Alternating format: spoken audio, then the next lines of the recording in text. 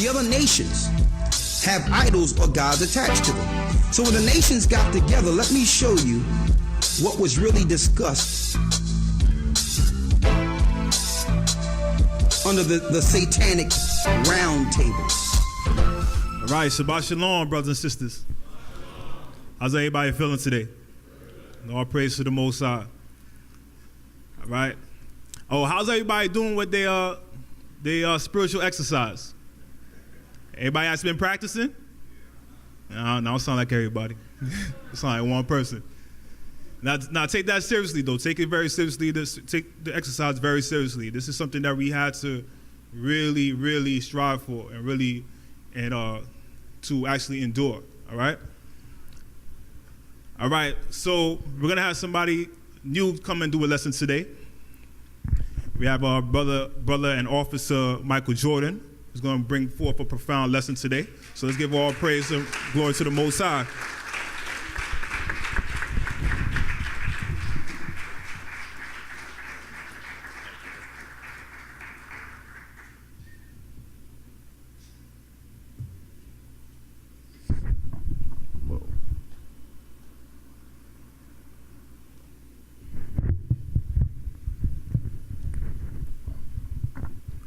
Shabbat Shalom. Like the deacon said, my name is Michael Jordan from the tribe of Ephraim, nation of Israel. And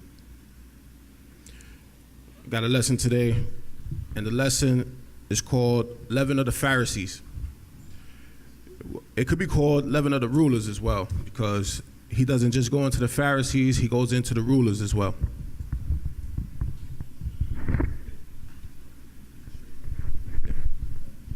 And let me see. Let's go to Matthew 5 and 20, because this lesson is like a part 18 to all the previous lessons that it's been going on recently. So we're just gonna reiterate,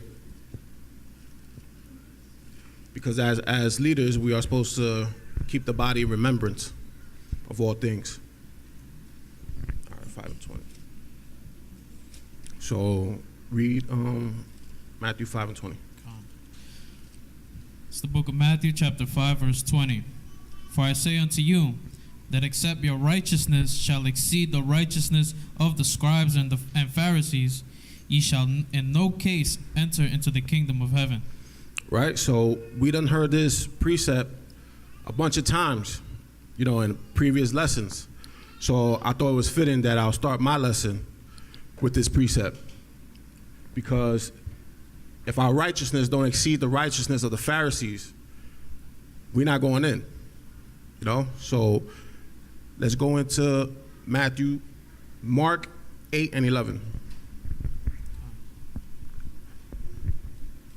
And we're going to see, because Christ, that was a warning that Christ gave us. And we're going to go into other warnings. So everybody's there? Con? All right. It's the book of Mark, chapter 8, verse 11. And the Pharisees came forth and began to question with him, seeking of him a sign from heaven, tempting him. Right, so these brothers was always seeking a sign. Every time Yeshua was preaching, these brothers was coming, asking him questions, trying to, put a stumbling block in front of him. Read. And he sighed deeply in his spirit and said, why doth this generation seek after a sign? Verily I say unto you, there shall no sign be given unto this generation. Right, so they was always seeking a sign, but he said no sign is going to be given unto this generation. Read. And he left them, and entering into the ship again departed to the other side. Now the disciples had forgotten to take bread. Right, so they had forgotten to take bread. Now mind you that prior to where we started at, Yeshua just did a miracle with the loaves of bread. They didn't have enough to feed a multitude, so he turned, 7 loaves into 12 baskets? So, he's like, read on, brother. Verse 14. Now the disciples had forgotten to take bread, neither had they in the ship with them more than 1 loaf. And he charged them, saying, take heed beware of the leaven of the Pharisees, So Yeshua said, take heed, beware the leaven of the Pharisees and and of the leaven of Herod. the leaven of Herod. Right? Keep reading. And they reasoned among themselves, saying, It is because we have no bread. And when Yeshua knew it, he said unto them, Why reason ye? Because ye have no bread. So Yeshua is like, why you guys worrying about not having bread? You understand? Like, keep reading. Perceive ye not yet, neither understand? So he's like, y'all just saw the miracle that I did, but y'all don't understand? Y'all don't see what is happening here? Read. Have ye your heart yet hardened? Is your heart hardened? Read. Having eyes, see ye not? And having ears, hear ye not? And do ye not remember? Do you not remember what I just did? All right, keep reading. When I break the 5 loaves among 5,000, how many baskets full of fragments took ye up? They say unto him, 12. They even knew the answer. They was like, we took up 12. Read. And when the 7 among 4,000, how many baskets full of fragments took ye up? And they said 7. So these brothers knew the answer to the miracle he did, but they still reasoned among themselves, why he said, beware the leaven of the Pharisees. So keep reading out. Where you at? Verse 21. And he said unto them, How is it that ye do not understand? Right, so he's like, how do you not understand? So we're going to get the clarification. Let's go to Matthew 16:1. That's the other version that Matthew records. Because I like to go into different versions to see, the complete, story of every incident that Yeshua was going through. Read. So book of Matthew chapter 16 verse 1. The Pharisees also with the Sadducees came, and tempting desired him that he would show them a sign from heaven. Come on. He answered and said unto them, When is it evening? Ye say, It will be fair weather, for the sky is red. And in the morning it will be foul weather today. Right, so they understood how to tell, whether it was going to rain or not, whether it was going to be sunny. Physical things they understood, but things in the spiritual they didn't understand. Read. For the sky is red and lowering. O ye hypocrites, you can discern the face of the sky, but can ye not discern the signs of the times? Right, and this is very important because this is the Messiah. He's on the scene, and these brothers is blind to the fact. Read. Verse 4. A wicked and adulterous generation seeketh after a sign, and there shall no sign be given unto it, but the sign of the prophet Jonas. Go. And he left them and departed. And when his disciples were come to the other side, they had forgotten to take bread. Then Yeshua said unto them, Take heed and beware of the leaven of the Pharisees and of the Sadducees. So here in Matthew adds the Sadducees to it. So basically it's the rulers, the whole Sanhedrin plus the Herodians.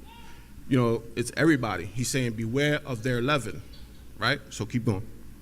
Verse 7, And they reasoned among themselves, saying, It is because we have taken no bread. Which when Yeshua perceived, he said unto them, O ye of little faith, why reason ye among yourselves, because ye have brought no bread? Right, and this goes to show that, we forget quick, like, what happens. That's why we need to be reminded every time of the glory of the Most High and Yeshua. Read. Do ye not yet understand, neither remember the 5 loaves of the 5,000, and how many baskets ye took up? Uh-huh. Neither the 7 loaves of the 4,000, of how many baskets ye took up? Uh-huh. How is it that ye do not understand that I spake it not to you concerning bread? Right, so he's like, I didn't speak that unto you concerning bread. Read. That ye should beware of the leaven of the Pharisees and of the Sadducees. Read. Then understood they how that he bade them not beware of the leaven of bread, but of the doctrine of the Pharisees and of the Sadducees. Right, so he wasn't telling them beware of the leaven of the bread. He was like, beware of the leaven of the Pharisees, their doctrine, the leaven that their doctrine creates. You understand? Like, we know that leaven, what, puffs up? So their doctrine creates them to puff her up, and act like high and almighty. So this is what Yeshua was bringing out. He was like, beware of that. Don't be caught into that. Keep reading. When Yeshua came into the coast of That's good. My fault. Go to Luke 12:1.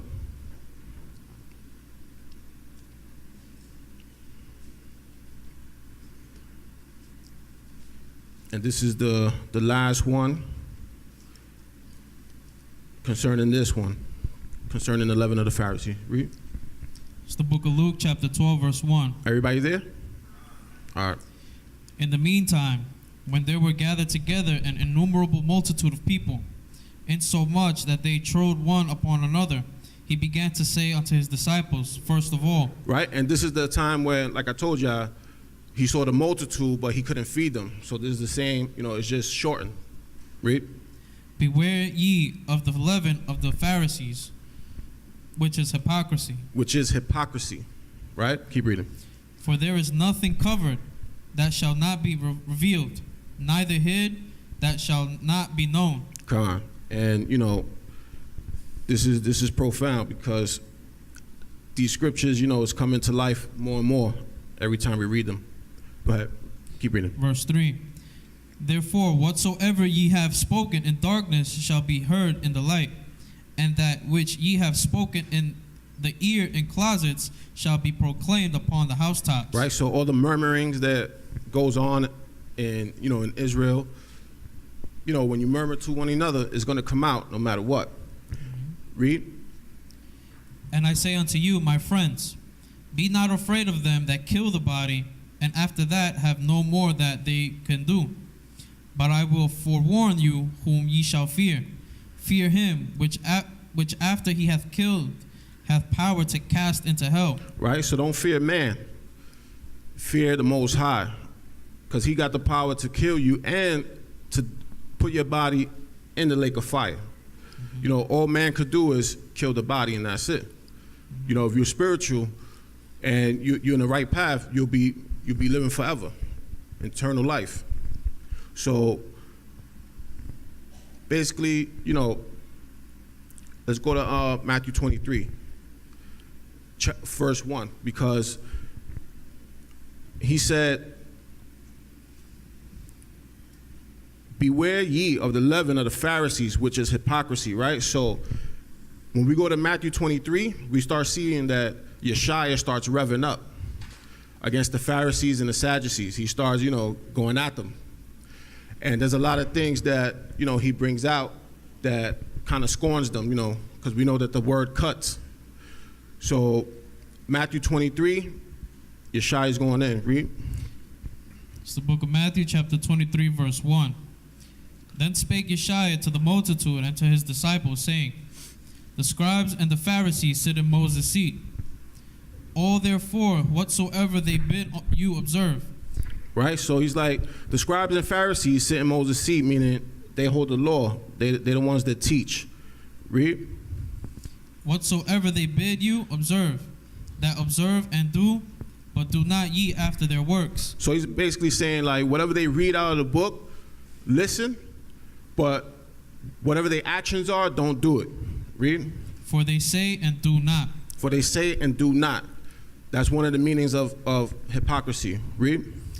For they bind heavy burdens and grievous to be borne, and lay them on men's shoulders, but they themselves will not move them with one of their fingers. Right, so they'll give you like a 50-pound bag of sand and tell you, yo, move it over there. But they won't move it themselves. They won't do the things that they tell other people to do. Read. Verse 5. But all their works they do for to be seen of men. Right, so they like to be seen. Everything's, is out in the open. Read. They make broad their phylacteries and enlarge the borders of their garments. Right, I'm a Hebrew Israelite. Look, I got fringes, tassels, everything. This is who I am. Read. I'm clean. But and love the uttermost rooms at feasts. Right, so they sit at the chief seats. with nobody telling them to sit there. They'll just sit there because, they think they're about something. Go ahead, keep reading. And the chief seats in the synagogues and greetings in the markets. They like to be called rabbi. And All right. Skip down to verse 23. Verse 23. Woe unto you, scribes and Pharisees, hypocrites! For ye pay tithe of mint and anise and cumin, and have omitted the weightier matters of the law, judgment, mercy, and faith. Right? So these brothers, they pay tithes and all that, but they omit the weightier matters of the law. They quick to judge and just throw somebody under the bus and stone them, right? But they don't have no mercy, no forgiveness, no faith, nothing. Read. These ought ye to have done, and not to leave the other undone. Right? So he's like, you should have been doing this. You should have been showing mercy, showing faith, having understanding and meekness, and then still paying tithes. Like, don't do one or the other, do both. Read. Ye blind guides, which strain at a gnat and swallow a camel. Right, so they strain at small things, but large things, they turn a blind eye. Read. Woe unto you, scribes and Pharisees, hypocrites! For ye make clean the outside of the cup of the platter, but within they are full of extortion and excess. Oh, yeah. Read. Thou blind Pharisee, cleanse first that which is within the cup and platter, that the outside of them may be clean also. Right, so he said, search the inward man first, before you worry about what's on the outside. Before you worry about, if this brother got fringes on, if he got a beard, all these things, right? Because this is what we encounter. Basically, the lesson that I have today is what we encounter. It's like a parallel of what Christ encountered versus what we encountered with the understanding that we have. You understand? So we go through these same things that Christ did, Christ went through. And I just want to, magnify this. So keep reading. Verse 27. Woe unto you, scribes and Pharisees, hypocrites! For ye are like unto whited sepulchres, which indeed appear beautiful outward, but are within full of dead men's bones and of all uncleanness. These brothers is like beautiful caskets. Outside they look beautiful, but inside they dead. The love of Christ is not in them. Read.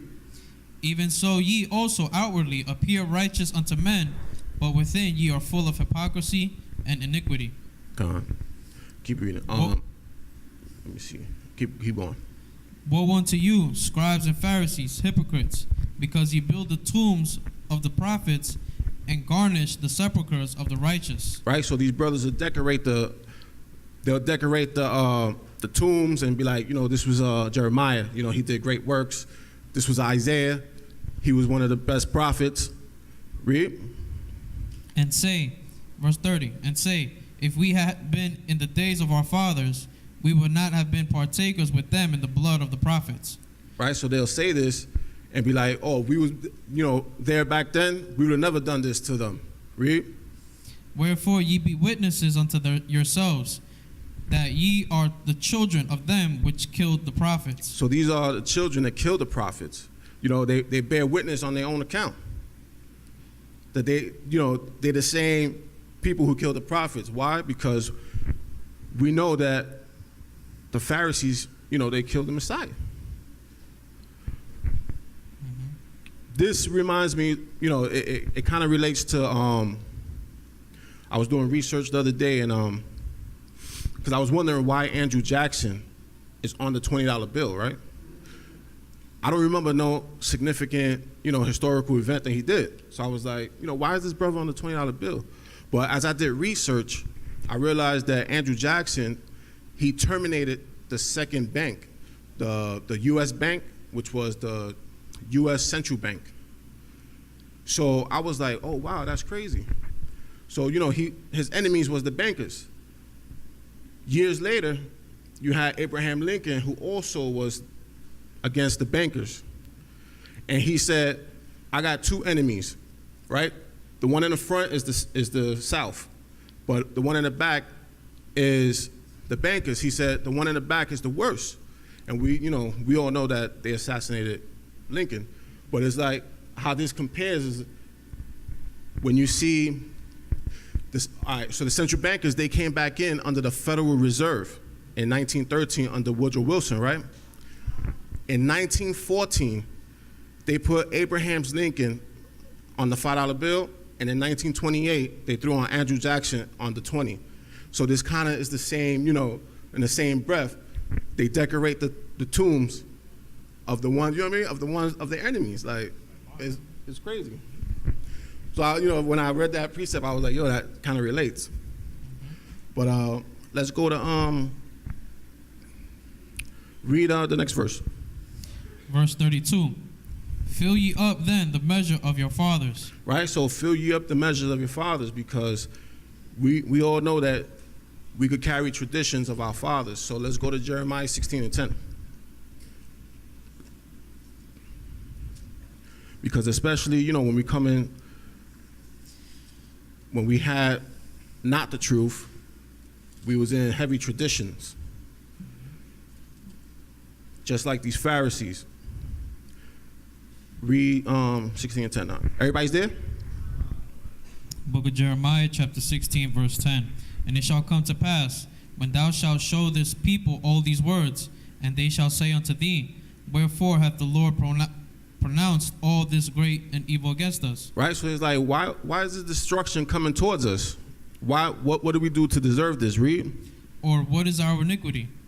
Or what is our sin that we have committed against the Lord our power?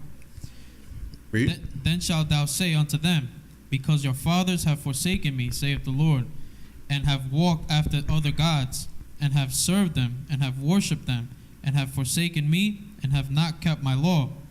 And ye have done worse than your fathers. So it says, ye have done worse than your fathers. So just like we see, the Pharisees, Christ just said, you be witness unto your own selves. You know what I'm saying? You guys are the sons that killed the prophets. So we know that they did worse, right? Because they killed the Messiah. Mm-hmm. I wouldn't want to be in their shoes, man. Let's go. Also, this precept shows that we will hold a tradition, without researching ourselves, and we'll just take our parents' word for it. Like celebrating Christmas and all these, pagan holidays. Because they didn't even know that they was doing iniquity. They just, was taking things that was from their parents, thinking that it was righteous. You know what I'm saying? So that scripture I like to show how we hold traditions before coming into the truth. And we got to get rid of those strongholds. Let's go to Isaiah 29 and verse 9.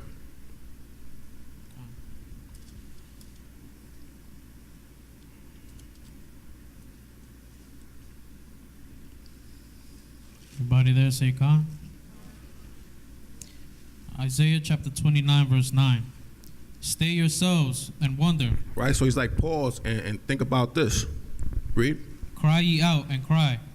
They are drunken, but not with wine. Right, so they are drunken, but not with wine. This is what we was just dealing with this in the world. We was drunk, but not with wine. Read. They stagger, but not with strong drink. Not with strong drink. Keep reading up. For the Lord hath poured out upon you the spirit of deep sleep. So it was the Most High who poured out the spirit of deep sleep. And read on. And hath closed your eyes. The prophets and your rulers, the seers, hath he covered. Right, so it's showing that he closed the eyes and put a deep sleep on the rulers, the prophets, and the seers. Read. And the vision of all is become unto you as the words of a book that is sealed. Right, so dealing in this truth, we kind of seeing this now. That people, everybody's vision is sealed. Right, read on.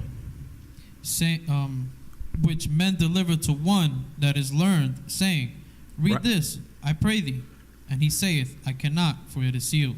Right? So they deliver the book, they deliver the scriptures to somebody who is learned, like a scientist or, even a pastor who would say he's learned, he got all these doctrines, he's a reverend, pastor, all these names they have in front of their, their actual name.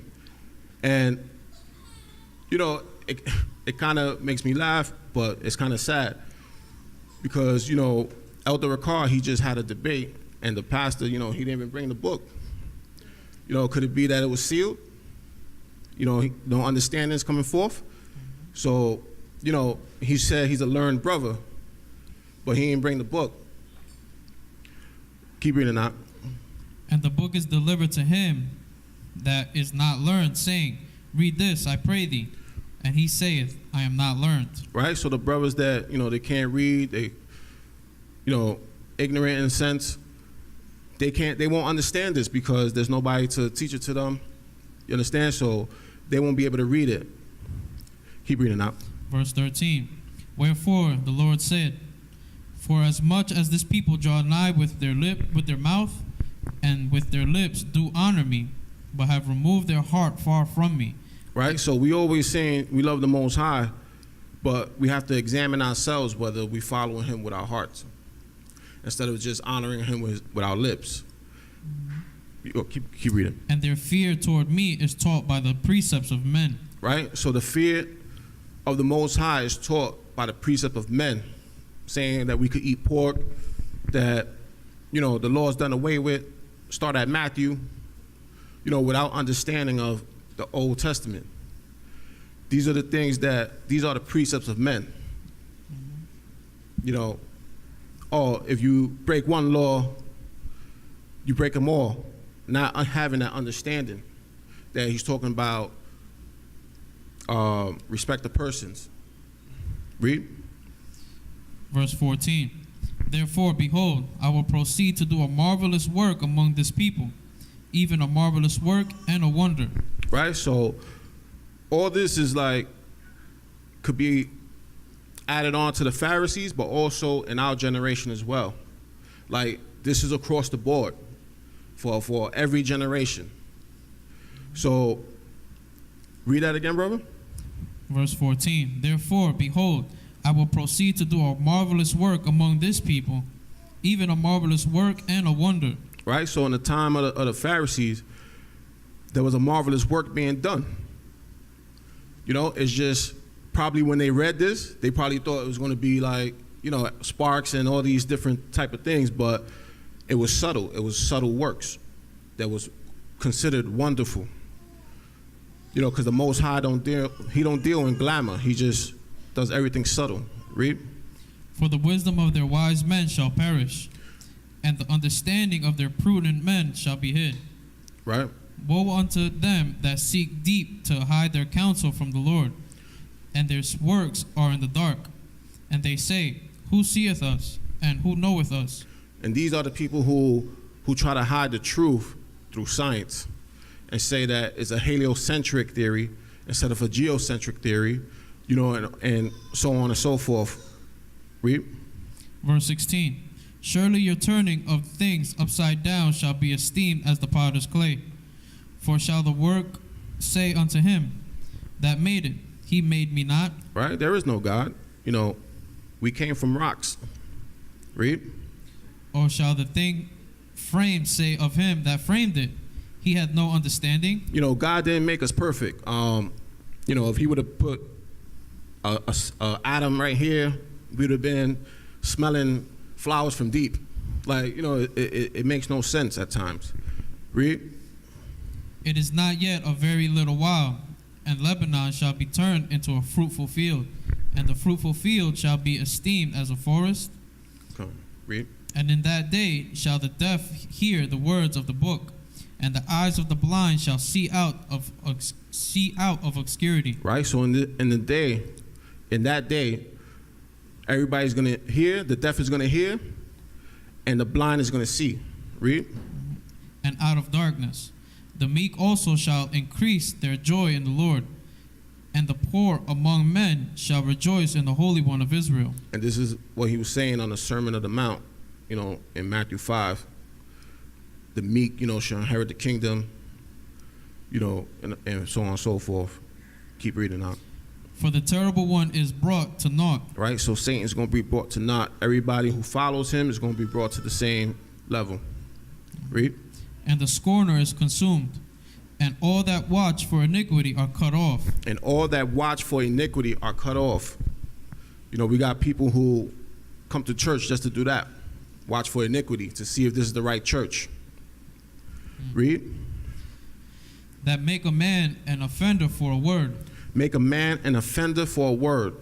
So during the lesson, we're going to see some of these actions being actually done. Keep reading out.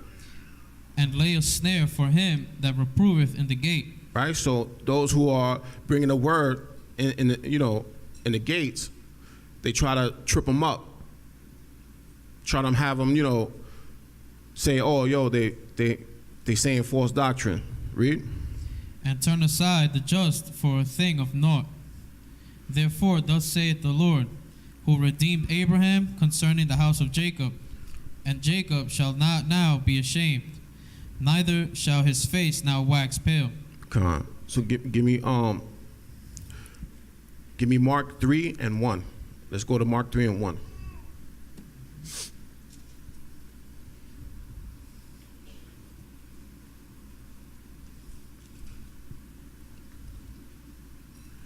Because off the gate, we're going to see, what was just said in Isaiah 29 and 9. That was a prophecy concerning, to me, all generations. Read. It's the book of Mark, chapter 3, verse 1. And he entered again into the synagogue, and there was a man there which had a withered hand. Right, so he had a withered hand. Read. And they watched him, whether he would heal him on the Sabbath day. So they was watching him. Just like we have read in Isaiah 29, those that watch for iniquity, right? So here the Pharisees and the Sadducees are watching Yeshua, whether he's going to heal on a Sabbath day. And, I kind of laugh when I heard that because it doesn't make sense because, healing is a good thing. When we go to a doctor, we're like, oh, he healed me. Everybody rejoice.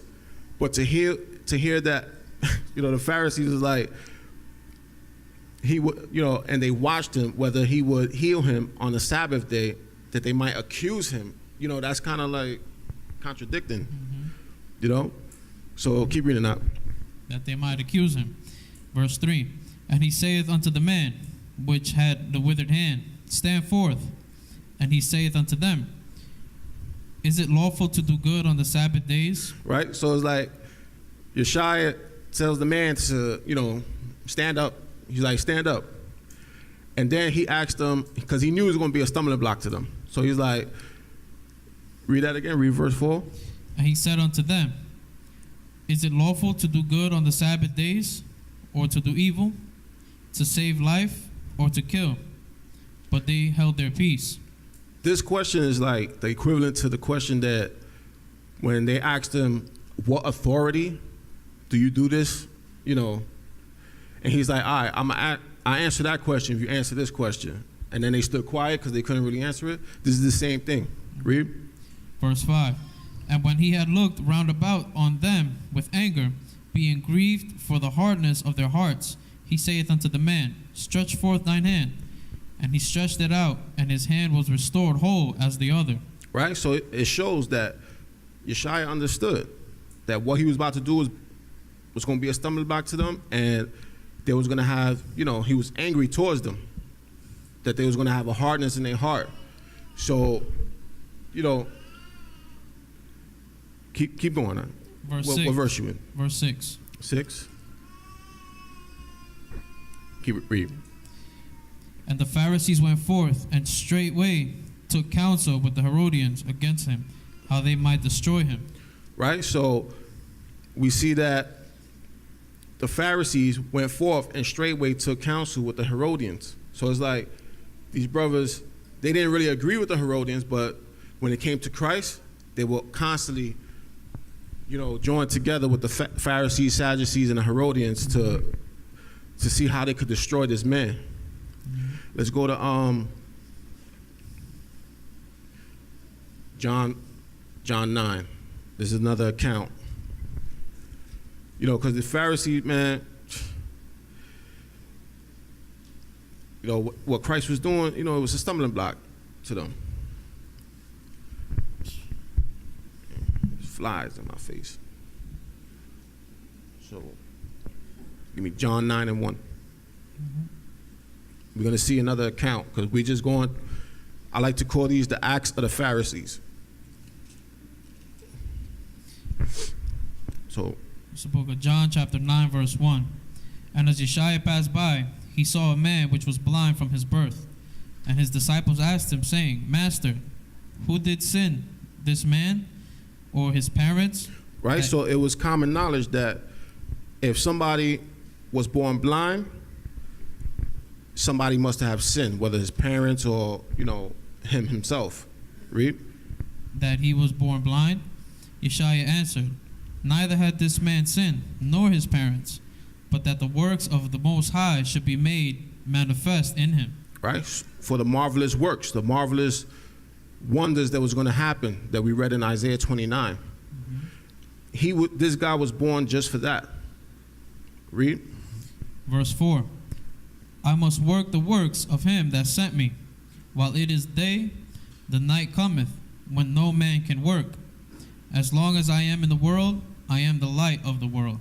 Right? And this is, you know, just to add this, Yeshua said, I must work the works of him that sent me while it is day. The night cometh when no man can work.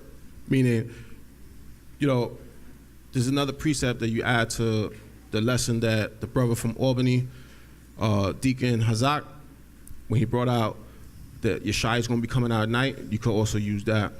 That's proof that he said there'll be a night where no man could work. So, read on, brother. Verse 6. When he had thus spoken, he spat on the ground and made clay of the spittle, and he anointed the eyes of the blind man with the clay. And he said unto him, Go, wash in the pool of Siloam, which is by interpretation sent. He went his way, therefore, and washed and came seeing. Right, and this is like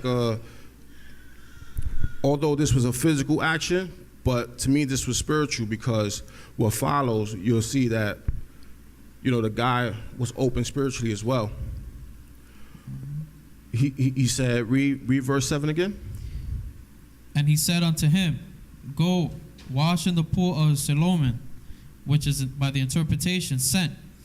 He went his way, therefore, and washed and came seeing. Right, so he washed and came seeing. This is equivalent to, you know, baptism.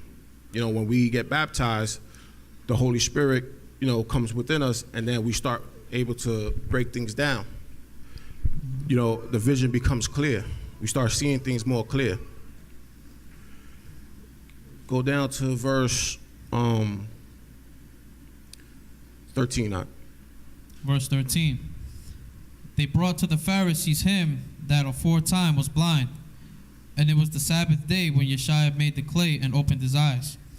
Then again the Pharisees also asked him how he had received his sight. Right, so these brothers was constantly asking this brother how he received his sight, you know, after it was done. Read. He said unto them, He put clay upon mine eyes, and I washed, and do see. Therefore said some of the Pharisees, This man is not of God. Right, so it said this man is not of the Most High, because he, you know, this guy was blind and now he could see. But all they could see is that, read the next verse, read the next line. Because he keepeth not the Sabbath day. All they saw was that he was working on a Sabbath day. You know, this is something that was constantly, you know, a stumbling block. And I think Yeshua was doing this on purpose. You know, every Sabbath he was coming out healing people to show these guys, like, look, you know, is it good to do, is it lawful to do good on Sabbath? Right? Read. Others said, How can a man that is a sinner do such miracles? And the precept I got here with this one leads me back to Nicodemus. So it seems like Nicodemus had a little following as well, because there was always, you know, going back and forth with each other on, you know, Yeshua. Read. And there was a division among them. They say unto the blind man again, So this is the second time they ask him. Read. What sayest thou of him, that he hath opened thine eyes? He said, He is a prophet. But Right. So he said he's a prophet. Like, it was no doubt that he was a prophet in his eyes. Read. But the Jews did not believe concerning him, that he had been blind and received his sight, until they called the parents of him that had received his sight. So you see the hardness of their heart. They went and took it to a further extent, and they called his parents. Read. And they asked them, saying, Is this your son, who ye say was born blind? How then doth he now see? His parents answered them and said, We know that this is our son, and that he was born blind. But by what means he now seeth, we know not. Right. So even his parents testify that, he was born blind. But how he see, I don't know. Read. Or who hath opened his eyes, we know not. He is of age. Ask him. He Right. shall speak for himself. So they was like, ask him. He's an old man. Read. These words spake his parents, because they feared the Jews. For the Jews had agreed already, that if any man did confess that he was Christ, he should be put out of the synagogue. Right. So these brothers was threatening people, and had the people fearful. Keep reading out. Therefore said his parents, He is of age, ask him. Then again called they the man that was blind, and said unto him, Give the Most High the praise. We know that this man is a sinner. Right. So they didn't want to give the glory to Yeshua. They wanted to give it to the Most High. And they was like, we know that this man is a sinner. Right. So this is when it starts getting heavy. Read. He answered and said, Whether he be a sinner or no, I know not. One thing I know, that whereas I was blind, now I see. Right. So he's letting them know. He's like, listen, a sinner, I don't know if he's a sinner, but I know that I was born blind, now I see. Read. He answered, Salakia, verse 26. Then said they to him again, What did he to thee? How opened he thine eyes? He answered them, I have told you already, and ye did not hear. Wherefore will ye hear it again? Will ye also be his disciples? Right. So he tried to play them. He's like, y'all keep asking me, like, y'all want to be his disciple? You know what I'm saying? Like, follow him.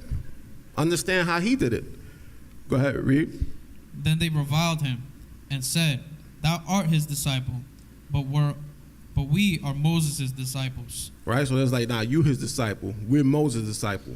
Read. We know that the Most High spake unto Moses. As for this fellow, we know not from whence he is. The man answered and said unto them, Why herein is a marvelous thing, that ye know not from whence he is. Right? So he's like, this is a marvelous thing. Like, he just, I was blind, now I can see. This is marvelous works. Right? Isaiah 29, what we just read. And these brothers, they just couldn't get to the, get a grip and understand that. Read, keep going. And yet he hath opened mine eyes. Now we know that the Most High heareth not sinners. But if any man be a worshipper of the Most High, and doth his will, him will he heareth. Since the world began, was it not heard that any man openeth the eyes of that one was born blind? Of one that was born blind? If this man were not of the Most High, he could do nothing. Right? So now, like I said, when he was blind, right? Now he washed and he see. Now he's teaching the Pharisees, like, it's common knowledge that if any man, heal anybody who's blind, they come from the Most High. Read. And what the Pharisee says to them. Verse 34. They answered and said unto him, Thou wast altogether born in sins. You was born in sin. Like, relax. Go ahead. And doest thou teach us? And do you teach us now? You know what I'm saying? Like, and we got to be careful, because that little interaction there, we could be like that with the Christians. You know what I'm saying? Like when we encounter them, we could be like, brother, you don't even read the scriptures. You don't even read the Old Testament. You know what I'm saying? Like, we got to be careful. We got to do everything in meekness and, spiritually. Read. And they cast him out. Yeshua heard that they had cast him out, and when he had found him, he saith unto him, Doth thou believe on the Son of the Most High? Right, so Yeshua was outside, and he waited till, because they kicked him out, so he waited, and now he's asking him, he's like, do you believe? Read. He answered and said, Who is he, Lord, that I might believe on him? And Yeshua said unto him, Thou hast both seen him, and it is he that talketh with thee. And he said, Lord, I believe. And he worshipped him. Right, so Yeshua revealed himself to him. And he took it. He was meek enough to take it. Read. And Yeshua said, For judgment I am come into this world, that they which see not might see, and that they which see might be made blind. And some of the Pharisees which were with him heard these words, and said unto him, Are we blind also? Right, so they like, are we blind also? Read. And what Yeshua said to them? Yeshua said unto them, If ye were blind, you would have no sin. Right, so he said, if ye were blind, you would have no sin. Right? Read. But now ye say, We see, therefore your sin remaineth. Right, so let's go to John 15 and 22. Because they're like, if ye were blind, you should have no sin. So, let me see. Let's go to 15 and 22. Read that. Book of John, chapter 15, verse 22. If I had not come and spoken unto them, they had not had sin. Right? So if he didn't come to magnify the law, these brothers would still be dealing with, their sin and then sacrificing. You understand? And then they will have no sin. Because all they would do is just sacrifice. Right? But Yeshua is going after the inward man. So he's like, if you say you see, now you have sin. So now you're saying you're a know-it-all, right? Because that word said, since you say you see, that means I know. That's when you encounter people in the street and, Bible believers, and they be like, well, I know the scriptures, right? So then you say you see. So now your sin remaineth. And keep reading that. But now read verse 22 again. Sorry. If I had not come and spoken unto them, they had not had sin. But now they have no cloak for their sin. Right? So now they got no excuse because he magnified the law in Matthew 5 and 21.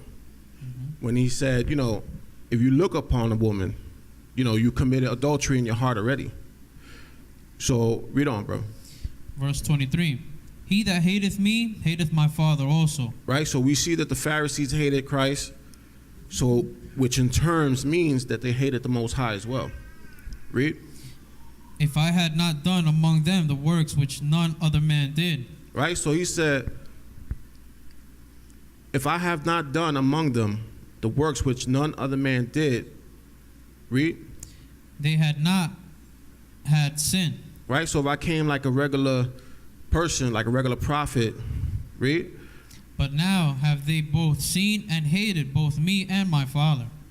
My fault. Read the verse again. Read 24. Verse 24.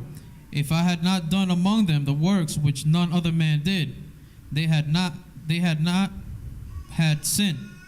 But now have they both seen and hated both me and my Father. Right? Because when Yeshua brought the understanding of the Old Testament, of the law, when he magnified it, they still rejected it. So now he's like, they hated me and my Father. And, this goes to the same thing Deacon Shmuel brought out, in the spirit of the law, where, let's go to Romans 4 and 15.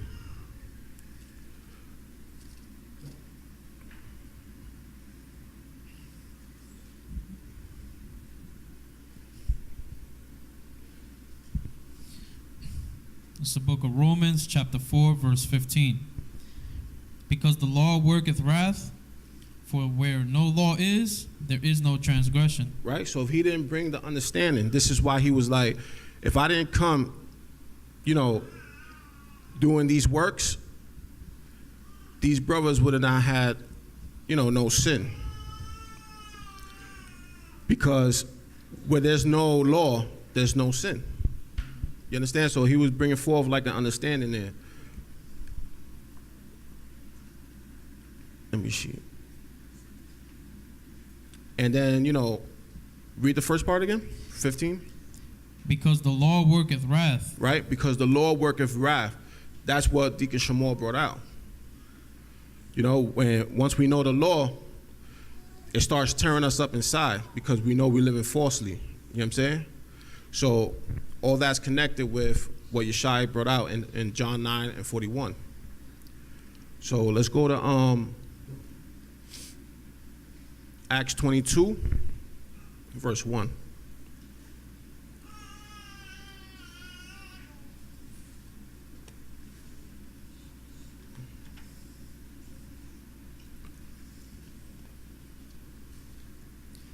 It's the book of Acts, chapter 22, verse 1. Men, brethren, and fathers, hear ye my defense, which I make now unto you. And when they heard that he spake in the Hebrew tongue to them, they kept the more silence.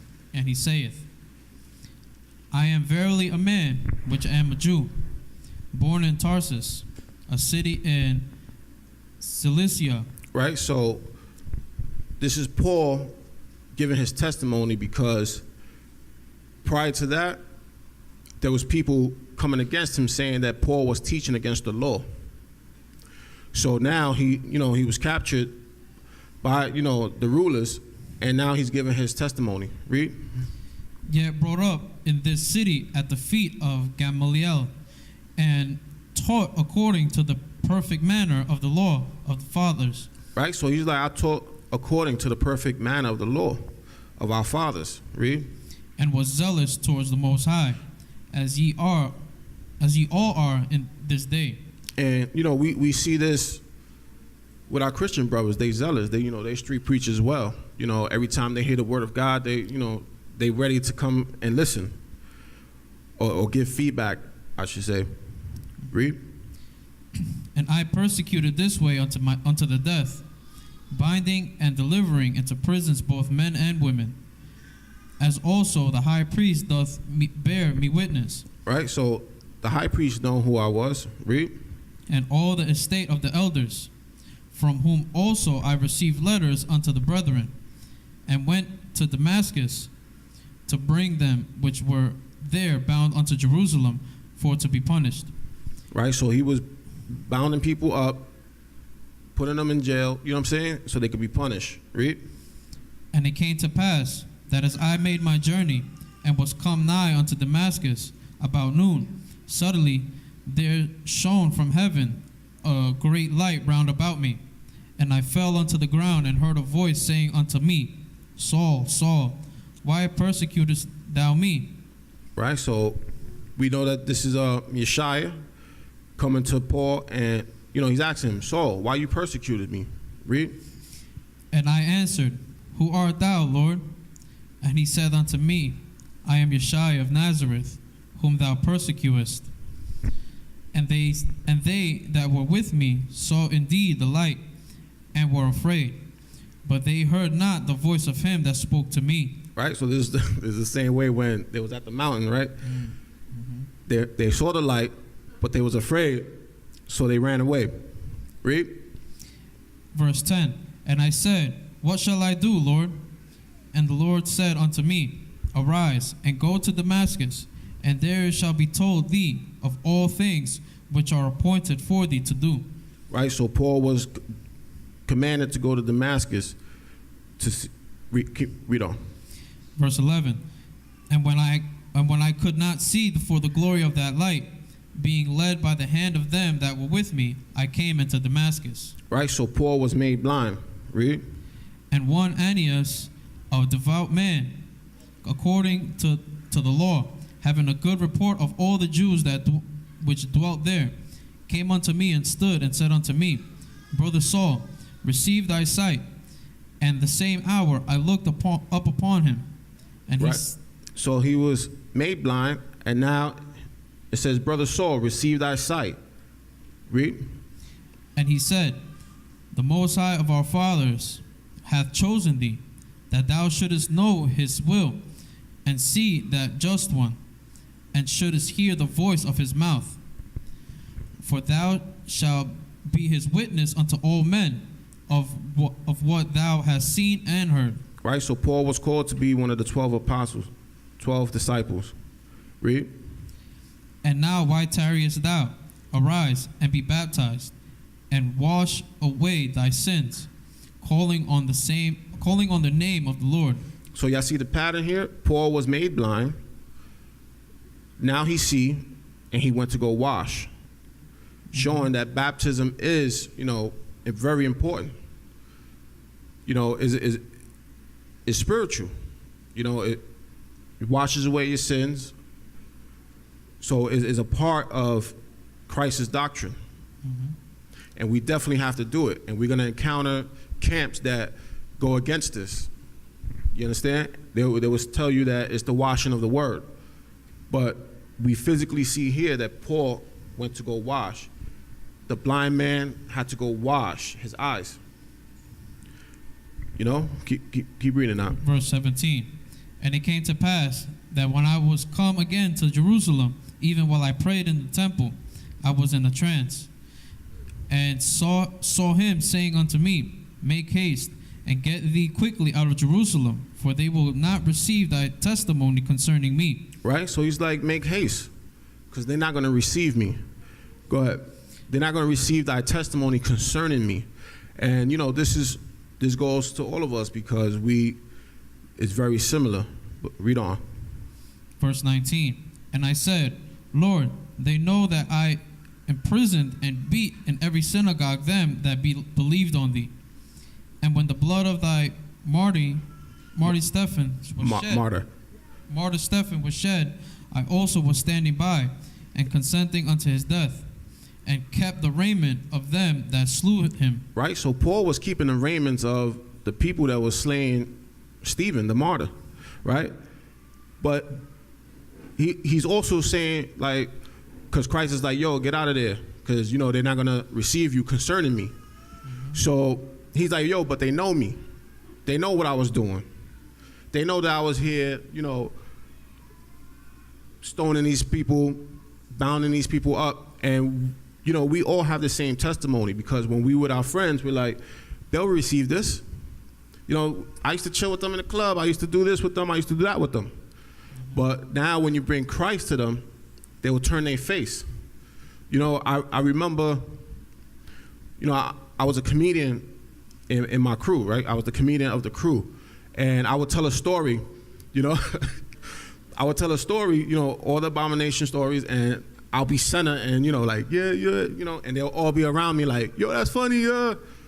But as soon as I found the truth and started mentioning Christ, it was like, oh, phone call, and they would turn their back and turn away. This is what Paul's going through right now. He's like, yo, they're going to receive me because they're my peoples. And this is what we go through. Mm-hmm. Go ahead. Read, where you at? 21. 21? All right. Read that. Verse 21. And he said unto me, Depart, for I will send thee far hence unto the Gentiles. Right? So this is another funny part, because remember that he's given a testimony to the audience. These are Pharisees, Sadducees, the rulers. And he's like, and he said unto me, Depart, for I will send thee far hence unto the Gentiles. So we all know that our doctrine, we accept Gentiles, especially, certain type of Gentiles, and, we get flack for that. But look at the response of the people. Read. Verse 22. And they gave him audience unto this word. So they gave him audience unto this word. Remember what I just read in Isaiah 29. They make him an offender for a word. So as soon as he said Gentiles, read. and then lifted up their voices and said, Away with such a fellow from the earth, for it is not fit that he should live. For it is not fit that he should live. And it's funny because it's like I could actually see it. You know, once he said, yeah, and I got to go to the Gentiles and teach them this word, and they're like, what, Gentiles? You know, they start throwing, read verse 23. And as they cried out, they cast off their clothes and threw dust into the air. You know, you can see everything flying in the air. You know, it's kind of funny. It's like, it looks like a graduation. Like, ah! So, you know, that's how wicked they was. You know, it was like, Gentiles, you know, and we see this today with the other camps, you know. As soon as we say Gentile, nah, that's Israel, brother. Nah. You know, they start tearing their clothes up. You know, it's funny. So, you know, these are the things that, you know, is parallel. Like every story, we could parallel it with what we go through with this doctrine. This is how come I know that this is, you know, this doctrine is real. This doctrine is true. What we have here and the understanding we have in this church is deep, because we see every angle of what these people were going through. So let's go to, matter of fact, let's go to Isaiah 56, because I'm going to show you that it was written in Isaiah.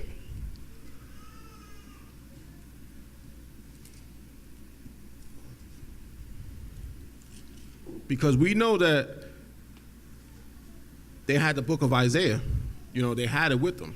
There's a precept that shows that.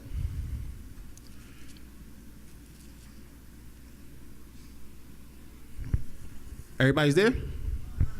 All right. Give me verse 6. Book of Isaiah, chapter 56, verse 6. Also the sons of the stranger that join themselves to the Lord, to serve him and to love the name of the Lord, to be his servants, every one that keepeth the Sabbath from polluting it, and taketh hold of my covenant, even them will I bring to my holy mountain, and make them joyful in my house of prayer. Right? So the Most High is like, everybody who, you know, oh, he's like also the sons of the strangers, right? So a lot of Israelites would say the sons of the strangers is, you know, the lost tribes of Israel. Those are the strangers, right? That join themselves to the Lord to serve him and to love the name of the Lord, to be his servant, every one that keepeth the Sabbath from polluting it, right? He's going to bring it to his holy mountain.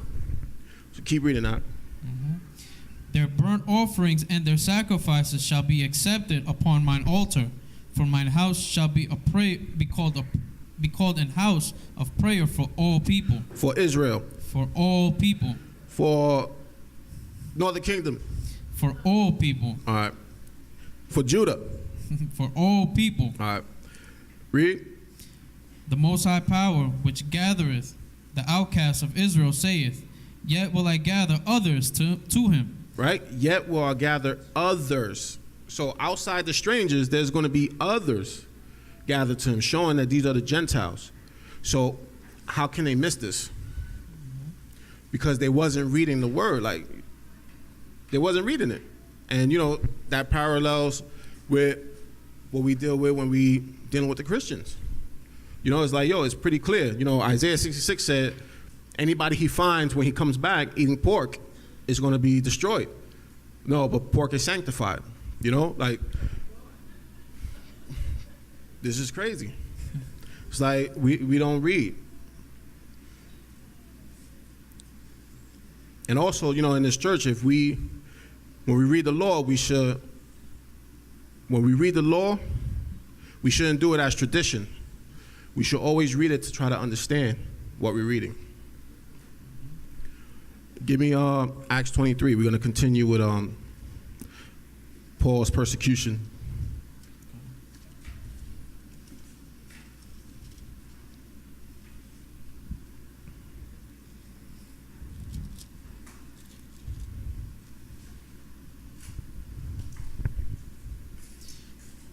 It's the book. This is the book of Acts, chapter 23, verse 1. And Paul, earnestly beholding the council, said, Men and brethren, I have lived in all good conscience before the Most High until this day. Right? So Paul he's testifying. He's like, listen, I lived in all good conscience. I don't try to commit iniquity as much. You know what I'm saying? Like, I live in good conscience. Keep reading up. And the high priest Ananias commanded them that stood by him to smite him on the mouth. Right? So he just slapped him. Boom. Read. Then said Paul unto him, the Most High shall smite thee, thou whited wall. Thou whited wall. So, we know that term whited, that's going to be a new catchphrase for us. But he said, thou whited wall. Read.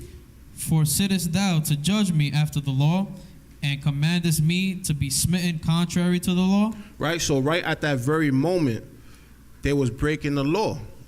Even in Paul's persecution, they was breaking the law. And that law is in Deuteronomy 25:1. And let's read that real quick. Let's hold that and go to Deuteronomy 25:1.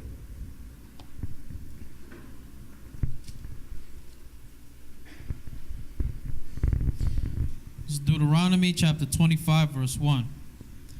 If there be a controversy between men. Right? So if there's a controversy between men, which we know Paul was in a controversy, right? Read. And they come unto judgment. And they come unto judgment. That's where he was at. That the judges may judge them. Then they shall justify the righteous and condemn the wicked. They shall justify the righteous. But what did he do with the righteous? He smote him in his face. He smacked him. That was the law that they was breaking right there. These brothers, they was just doing whatever they wanted to do. Let's go back to Acts 23.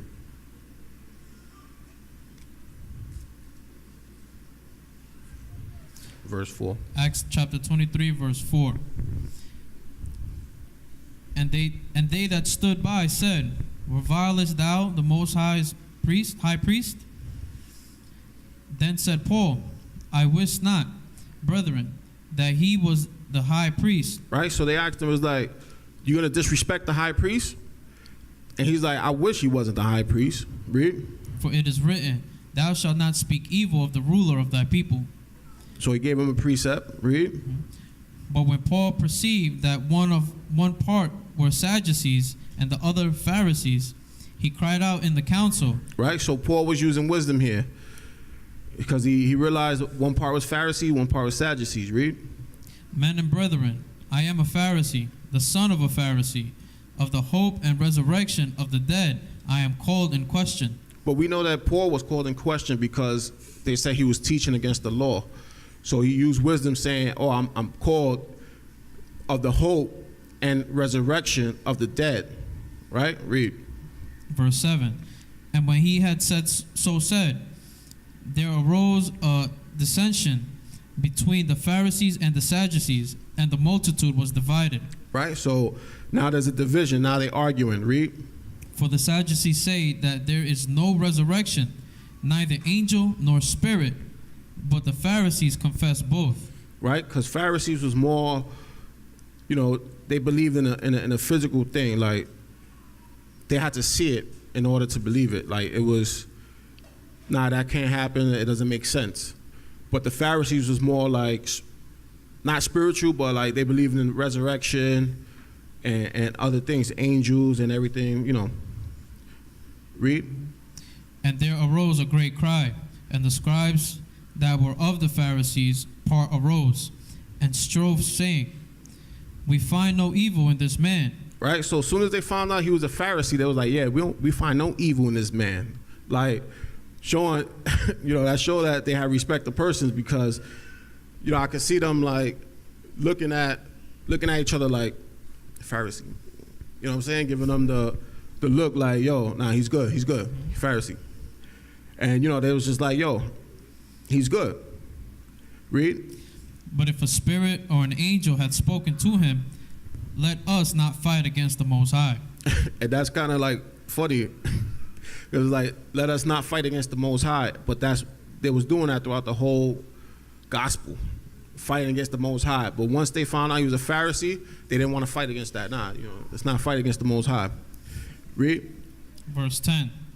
And when there arose a great dissension, the chief captain, fearing lest Paul should have been pulled in pieces of them, commanded the soldiers to go down, to take him by force from among them, and bring him into the castle. Right, so it got pretty violent in there, like it was getting hectic. So the chief captain, pulled him out of that situation. Read.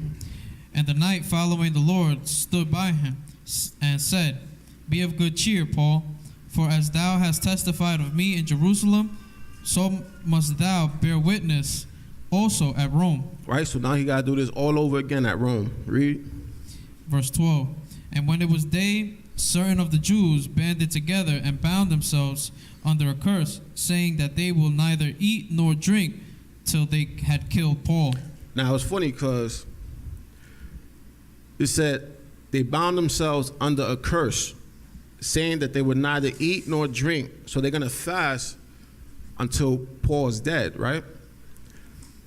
And once again, let's go to Isaiah 58:3.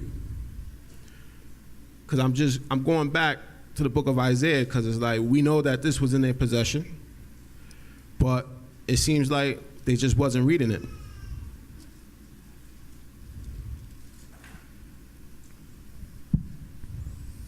Book of Isaiah, chapter 58, verse 3. Wherefore have we fasted, say they? Right? So he's like, wherefore have we fasted, say they, and thou seest not. Read. Wherefore have we afflicted our soul, and thou takest no knowledge? Behold, in the day of your fast ye find pleasure, and exact all your labors. Right? So in the day of their fast, they still doing their own thing. They still finding pleasures. Read. Behold, ye fast for strife and debate. So they fast for strife and debate. And this is exactly what they was doing in Acts 23. They bound themselves in a curse, saying they won't eat or drink. For what? To kill Paul, right? Read. And to smite with the fist of wickedness. To smite with the fist of wickedness. Read. Ye shall not fast as ye do this day, to make your voice to be heard on high. So a lot of the Pharisees, this is what they was doing. They was fasting for these reasons, all the wrong reasons. Mm-hmm. And we see that with Paul. And it's like, they didn't take time to examine themselves, to humble themselves, and actually search the scriptures, because it tells us search the scriptures, right? These brothers is just doing what they wanted to do, and we got to be careful with that as well. Let's go to what verse you was on in Acts 23. 12. All right, read. Go to Luke 4:16-22, because we're gonna see that these brothers had it. They had the book of Isaiah in their hands.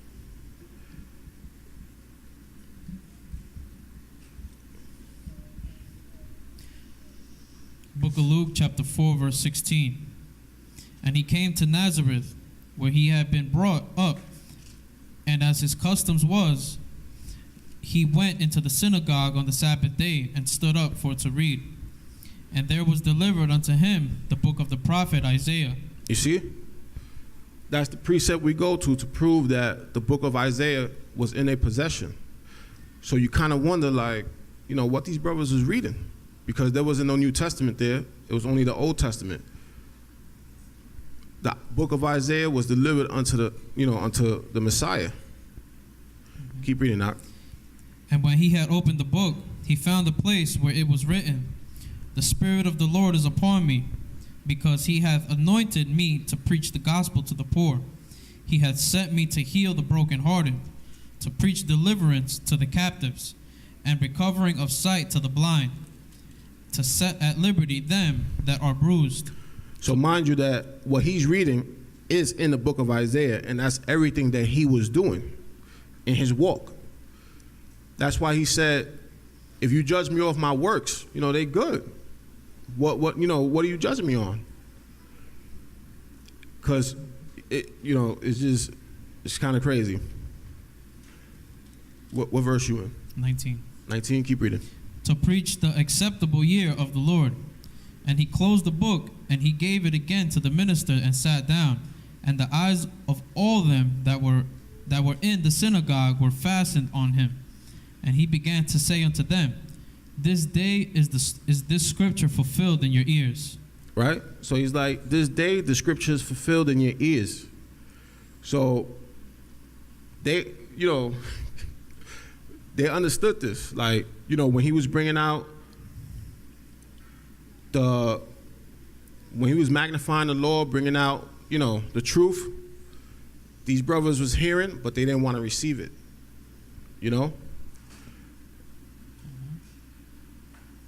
Let's go to 1 Timothy 4:6. Because this is a reminder lesson, like, we're going to deal with our people that are like this. And we have to understand where they come from and not deal with them and, get angry fast. We got to be meek. And, where you at? 1 Timothy chapter 4, verse 6. All right, read that. If thou put the brethren in remembrance of these things, thou shalt be a good minister of Yeshua Christ, nourished up in the words of faith and of good doctrine. Right, so we put our brothers in remembrance of these things. Thou shalt be a good minister. We should be good servants unto Yeshua Christ. We got to keep reminding ourselves and each other that, the glory of the Most High, the power of Christ. You know what I'm saying? Mm-hmm. Living in the spirit of the law and not living in the letter. Read. Whereunto thou hast attained, but refuse profane and old wives' fables, and exercise thyself rather unto godliness. For bodily exercise profiteth little, but godliness is profitable unto all things. Right? But godliness is profitable unto all things. And, we could attest to this because, I know in my job, I try to follow the Most High's morals, you know what I'm saying? His law, the spirit of the law. And I know that, like, I'm moving up and, in such a rapid pace because of it. So godliness is profitable, but not only for material things, but for wisdom and understanding as well. Read. Having promise of the life that now is, and of that which is to come. This is a faithful saying and worthy of all acceptations. For therefore we both labor and suffer reproach. Right? Because we both says, for therefore we both labor and suffer reproach. Read. Because we trust in the living power. Because we trust in the Most High. And, when I told my job, listen, I can't work Sabbath, because of my religious belief, I know there was murmurings against that. Especially being new, there was like, Sabbath, Saturday's kind of mandatory, so I know they was going against that. But being under the Most High morals and showing them that I'm not going to come with extracurricular activity, I'm going to come and do my job. Now I'm showing favor in their eyes, being under the Most High. So, like, we could actually see these things through, through our works, through our walk. But we got to be under the spirit of the law. Read. Who is the Savior of all men, especially of those that believe. These things command and teach. Let no man despise thy youth. Right? So let no man despise thy youth. Read. But be thou an example of the believers in word, in conversation, in charity, in spirit, in faith, in purity, till I come. My fault. In all things, we gotta show an example of the believers. You know what I'm saying? We, in word, in conversation, in charity, like everything that we do, we have to bring forth that light that Yeshua, was magnifying. 13. 13. Nah, read verse 12 again. Let no man despise thy youth. Right? And let no man despise our youth, because we come out here with, you know, I'm in the truth 3 years. We got brothers here 1, 2, you know, and we teaching scripture, you know, precept upon precept, line upon line. And we know we don't see that in a Christian church. So when we talking to the Christian pastors, they'll be quick to dismiss us and say, brother, you know, I've been here 20, 25 years doing this thing. You just started. You know, what do you know? And that's why I said let no man despise thy youth, right? But it was prophesied that out of the mouth of babes, you know, perfect praise would be. Let's go to Matthew 21 and 23.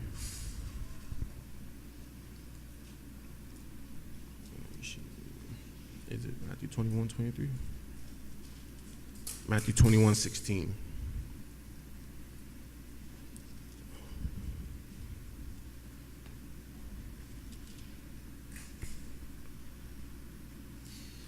It's the book of Matthew, chapter 21, verse 16. And said unto him, Hearest thou what these say? And Yeshua said unto him, Yea, have ye never read, out of the mouth of babes and sucklings thou hast perfected praise? Come on, you see? Yeshua said it. This was also mentioned in Psalms 8 and 2, showing that, you know, when these pastors, when they read, they can't, you know, like if I was, you know, 20 years in the game, I would kind of expect somebody who's young in the word to come out with, you know, important, you know, revealing stuff, because it's mentioned, you know, out of the mouth of babes. How many years Yeshua was walking on, you know, with the disciples? It was like, what, 3 years? So these brothers had 3 years experience, and after he, you know, he passed, 50 days later, these brothers is teaching in a synagogue. You know, this is what we see today. This is the equivalent of what we see today. Like, I'm just bringing out all the parallel, you know, I'm just paralleling everything that we see in the scriptures. We can see it today. Because when we go out street preach, you know, we encounter pastors. Mm-hmm. And, you know, they want to come up and be like, yeah, brother, but when we say a certain scripture, they don't really want to dig deep in it. Mm-hmm. Let's go to Matthew 11:25, because even Christ prayed to the Most High and was thankful for, you know, these brothers. It's the book of Matthew, chapter 11, verse 25. And at that time Yeshua answered and said, I thank thee, O Father, Lord of heaven and earth, because thou hast hid these things from the wise and prudent, and hast revealed them unto babes. Right? So he said, I'm going to make your wise man knowledge, you know, hid. And he said, I'm going to bring up the foolish, you know, to be wise. And this is what's happening. Yeshua is praying, like saying, thank you for giving me babes. You know? Mm-hmm. Read that again. Read the red letters again. Verse 25. I thank thee, O Father, Lord of heaven and earth, because thou hast hid these things from the wise and prudent, and hast revealed them unto babes. Right? So this also goes to the scientists, to all these men who are called learned. We're going to know stuff through the Spirit of the Most High that they're not going to know. You know? Mm-hmm. Give me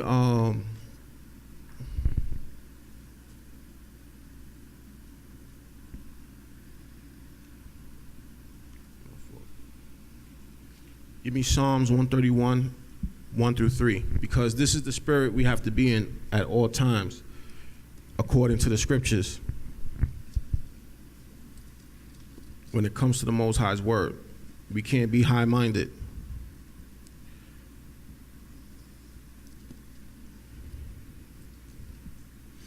Everybody's there?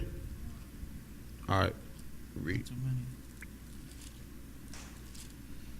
It's the book of Psalms, chapter 131, verse 1.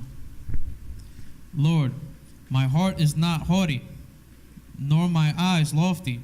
Neither do I exercise myself in great matters, or in things too high for me. Right?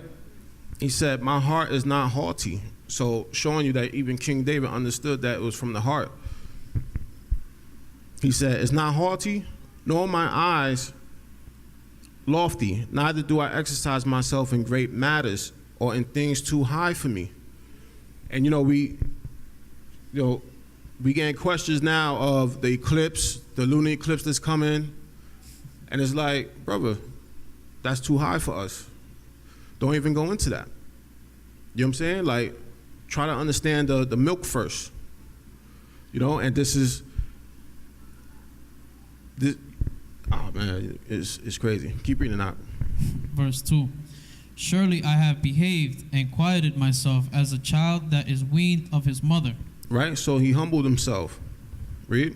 My soul is even as a weaned child. Right? So this is how we have to be as children. Right? Let's go to Acts 4, 1 through 21. Because we gotta receive this as children and be meek and fear the Most High, because when we start fearing man, it becomes another story. Acts 4 and 1. It's the book of Acts chapter 4 verse 1. And as they spake unto the people, the priest and the captain of the temple and the Sadducees came upon them, being grieved that they taught the people and preached through Yeshua the resurrection from the dead. Right, so this is Peter and John. They was preaching out in the streets, and the Pharisees and the Sadducees came, and of course they grabbed them up, just like they did Paul, and they start questioning them. Read. And they laid hands on them, and put them in the hold until the next day, for it was now eventide. Howbeit, many of them which heard the word believed, and the number of the men was about 5,000. Right, so many people believe, what these brothers was bringing out. Read. And it came to pass on the morrow that their rulers and elders and scribes, and Annas, the high priest, of Caiaphas, and John, and Alexander, and as many as were of the kindred of the high priest, were gathered together at Jerusalem. And when they had set them in the midst, they asked, by what power or by what name have ye done this? Right, so they asked the same question to Christ, and he didn't answer them. But Peter's going to answer them right now. Read. Then Peter, filled with the Holy Spirit, said unto them, Ye rulers of the people and elders of Israel, if we this day be examined of the good deed done to the impotent man. Right, so they're like, if y'all going to examine us of what we did to the impotent man and ask us what power, we had to do this. Read.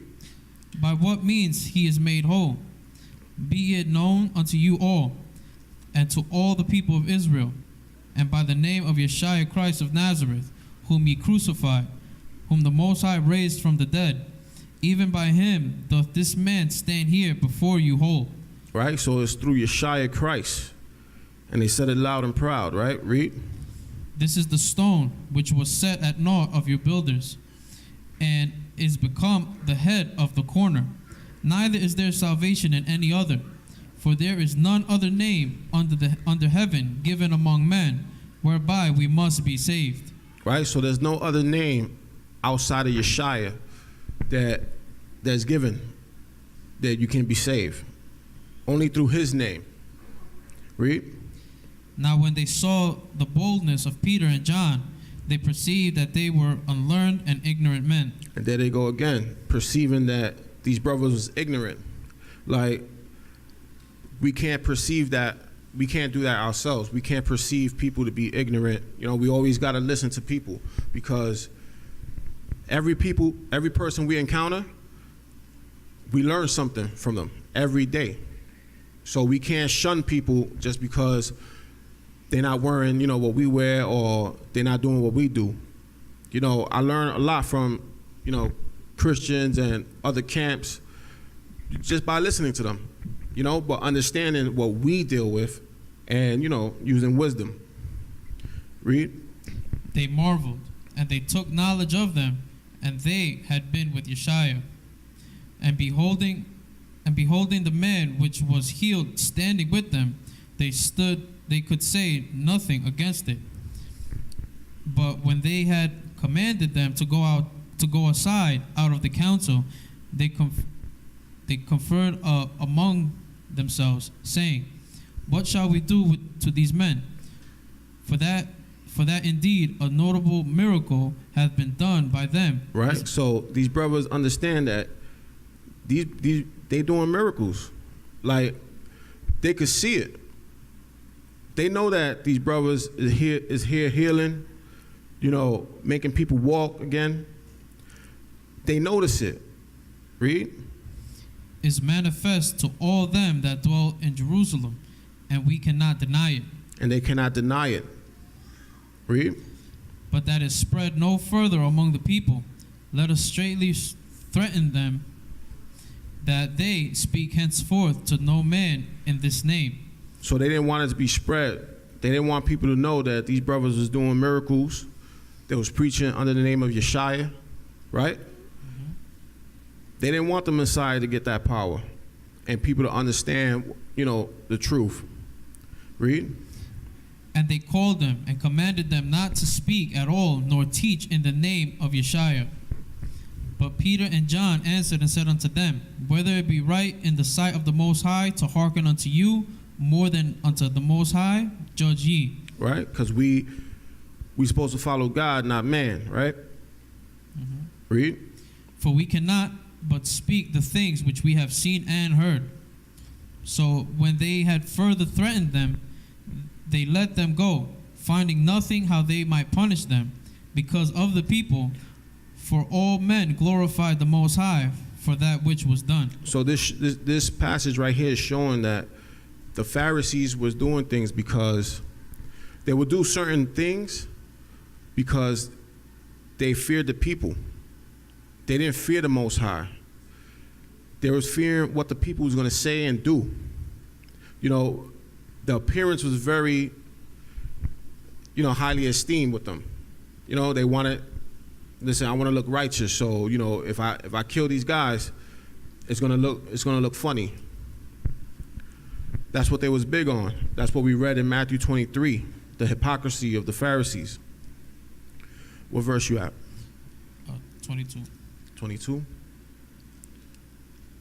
All right, let's go to Matthew 21, 23. Because we're going to see that this was a common thing. This is why the Most High said, fear me. You know what I'm saying? Fear the Most High. Don't fear the people. And, we encounter this because when we street preach, a lot of brothers don't like to go up because they don't like to be, like just in case a brother comes up to them and asks them a question, they don't want to stumble. And I tell them, listen, just go up there because you go up there, you'll get stronger. You're going to be forced to get stronger. Every step that we do, whether it's street preaching, teaching a Bible study, giving a lesson on a Bible study, or giving a lesson up here, like, I know this is my first lesson, but I will grow from here. And I know this, and I'm telling you brothers who, haven't street preached yet, start doing it because you're going to start growing. The fear that you don't know everything, we don't feel like we know everything. But we still, being put under the fire makes us grow. Makes us grow faster. So I'm telling y'all the same thing. Like, let's put our hand to the plow. Let's give me Matthew 21, 23. Matthew 21 and 23. And when he was come into the temple, the chief priests and the elders of the people came unto him as he was teaching, and said, By what authority doest thou these things? And who gave thee this authority? And Yeshua answered and said unto them, I also will ask you one thing, which if ye tell me, I will in likewise will tell you by what authority I do these things. Right? So Yeshua was known for answering a question with an answer. Read. The baptism of John, whence was it? From heaven or of men? And they reasoned with themselves, saying, If we say from heaven, he will say unto us, Why do ye not then believe him? Right? So he said, if it's from heaven, why you don't believe John? Why you ain't believe him? Why you ain't get baptized and follow him? Read. But if we say of men, we fear the people. We fear the people. So these brothers was geared on what the people thought about them, you know what I'm saying? And, you know, their outward appearance, but it wasn't their inward, like what they believed in. It was everything that, you know, the people believe in, and the look and being high in the chief seats, you know, this was their thing. And we need to be more or less than the Pharisees. Like, you know, unless your righteousness exceed the righteousness of the Pharisees, you will not enter, right? Mm-hmm. So let's go to Matthew 10 and 28.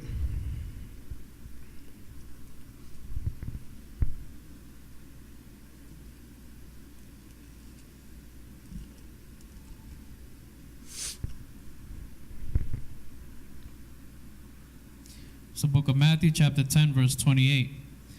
And fear not them which kill the body, but are not able to kill the soul, but rather fear him which is able to destroy both soul and body in hell. Right? So don't fear the people. This is what Yeshua gave us. Let's not fear. Let's go out there, do our thing. And, you know, we know that persecution is going to come. We just got to endure that. So this is the last precept, 2 Timothy chapter 2, 14. Because this lesson is just a reminder lesson. It was nothing revealing.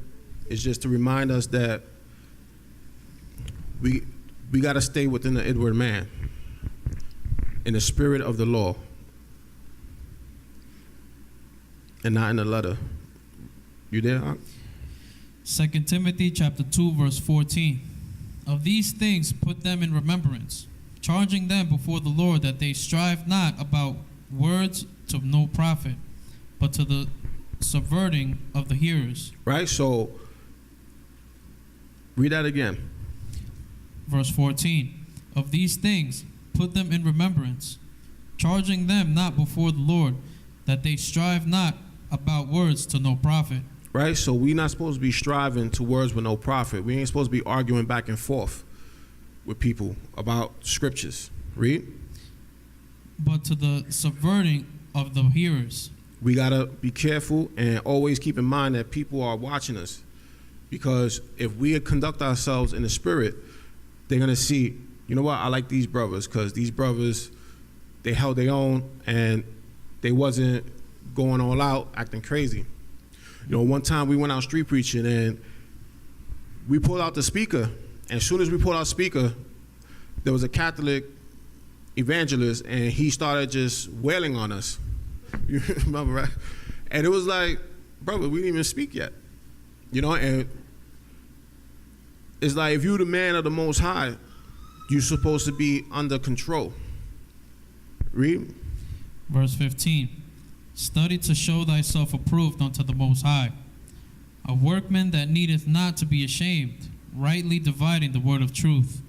Right? Oh, so let's go to Acts 17 and 10, and we're going to come back to this.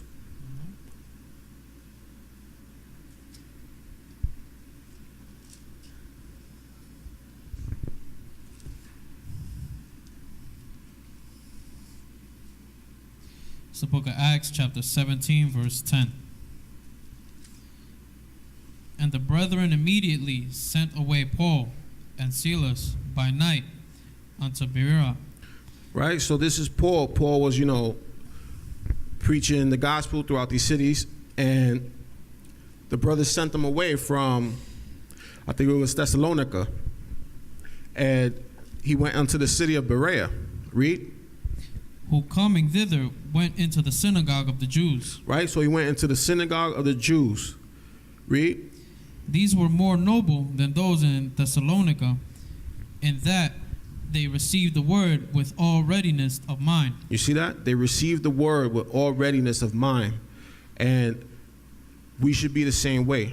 Every time we hear the word of the Most High, receive the word with readiness, but understand that what doesn't fit, we throw out, you know what I'm saying? And what fit, we keep. Read. And search the scriptures daily. And they search the scriptures daily. So when it says, show thyself approved, these what these brothers is doing. Read. Whether those things were so. Therefore many of them believed, also of honorable women, which were Greeks, and of men, not a few. Right, so these people, Paul preached in the synagogue, and they received it. They received the word. They became meek. They humbled themselves and searched the scriptures to see if what he was preaching was right, and what he was preaching was Christ. And they saw that, and they believed. So this is how we got to be as well. Let's go back to 2 Timothy.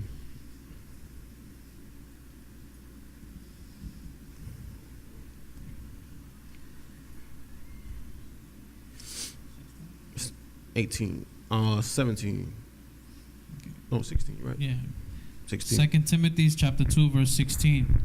But shun profane and vain babblings, for they will increase unto more ungodliness. Right? Because if we arguing, the person that's looking at us, that's hearing us from the distance, he's going to be like, nah, both of them is off.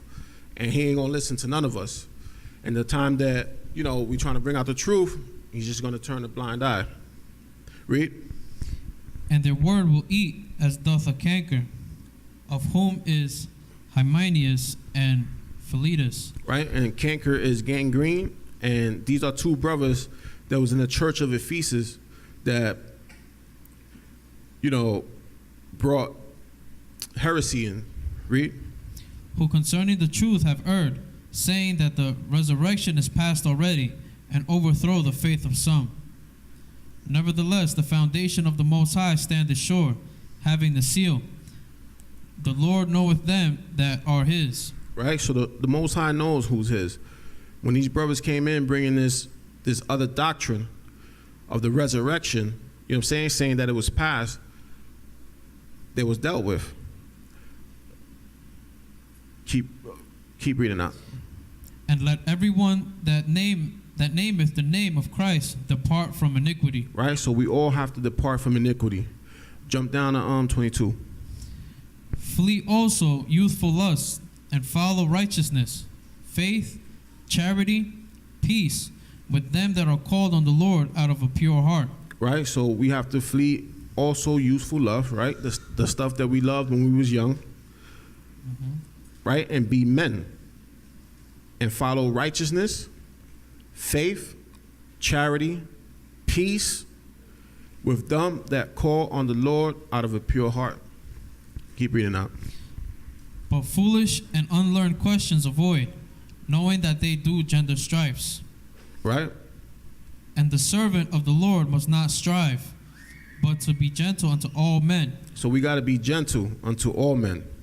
Read. Apt to teach, patient. And patient.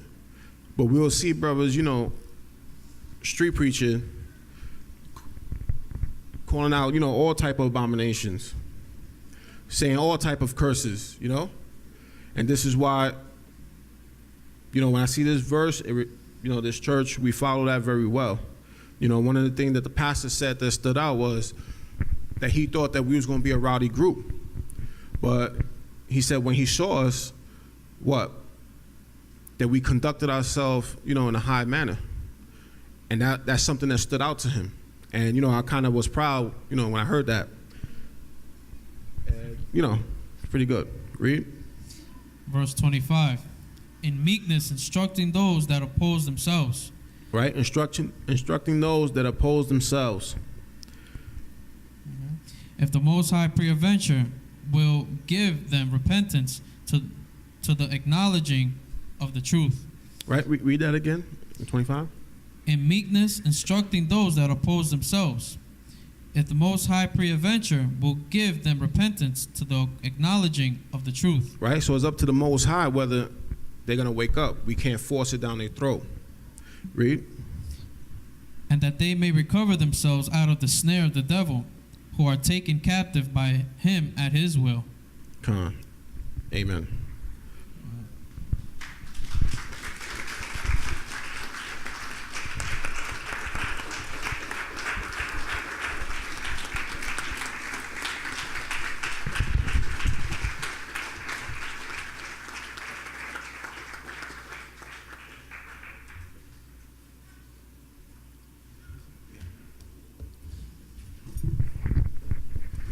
Let's give it up for the officer again.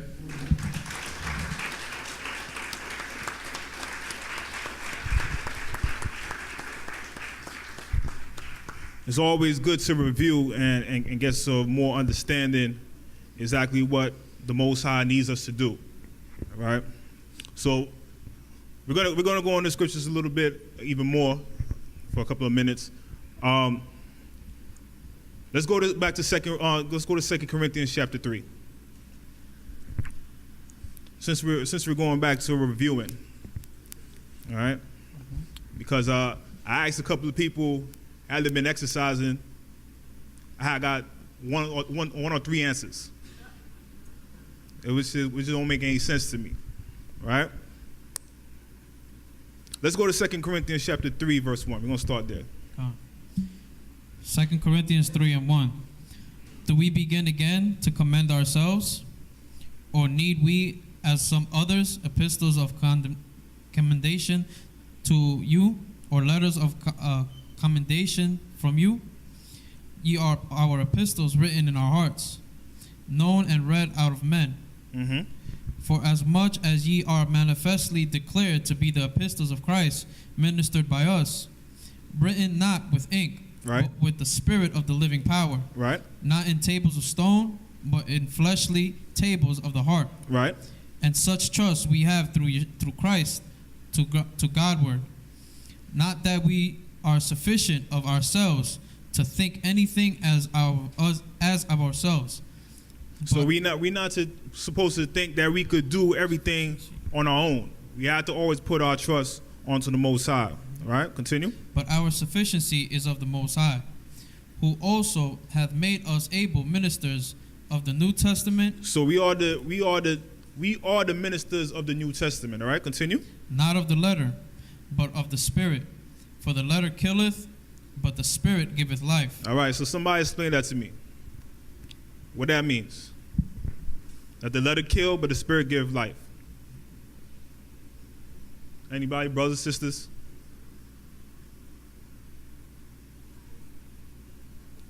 Yeah, go ahead, sister.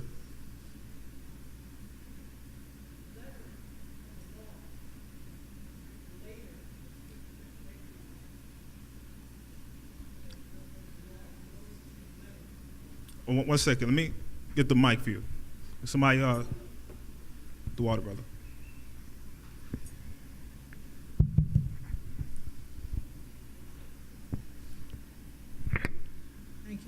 Thank you. Mm-hmm. The way I understand it, and please correct me Right. if I'm in any way mistaken, Mm-hmm. the letter of the law is not the law itself. The letter of the law were all those things written because the people kept breaking the law. And Moses had to find a way to, okay, you do this, this will happen, this, etc. Because the people kept sinning. The law was not in their hearts yet. The law meaning the spirit of the law that was written in our minds and in our hearts, where one was addressing behavior, and the law itself changes your nature. You are so inclined, your heart is inclined to bear this law or to keep this law. Whereas the other one, you always have to be, told. It's shaping your outer behavior, but it's not doing anything to the inner man. Beautiful. Change. Beautiful. Thank you, sis. So did everybody get that? So the law, the reason why the water, but matter of fact, hold on to that, the water. The reason why the letter killeth is because as we are reading the law, we are not fully cleansing ourselves within. So we have to apply the law within our hearts instead of just reading it and doing it. Everybody got that? All right. Continue.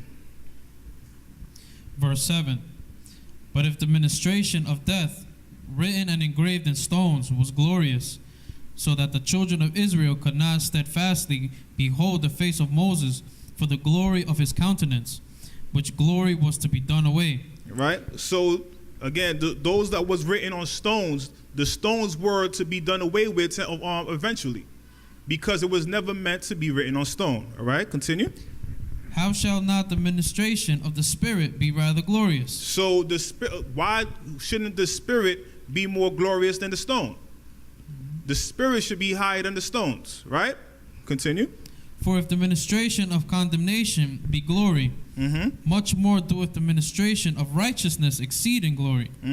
For even that which was made glorious hath no glory in this respect, by reason of the glory that excelleth. So it's excelleth. Exactly. So comparing the two, putting those two right next to each other, the stones and the Spirit, the Spirit makes the stones look like it has no glory at all, because it's supposed to excel it. All right, continue. Verse 11. For if that which is done away was glorious, much more that which remaineth is glorious. Right. So that which was glorious, which was the stones, the Spirit is even more glorious. Right. Continue. Seeing then that we have such hope, we use great plainness of speech. And not as Moses, which put a veil over his face, that the children of Israel could not steadfastly look to the end of that which is abolished, but their minds were blinded.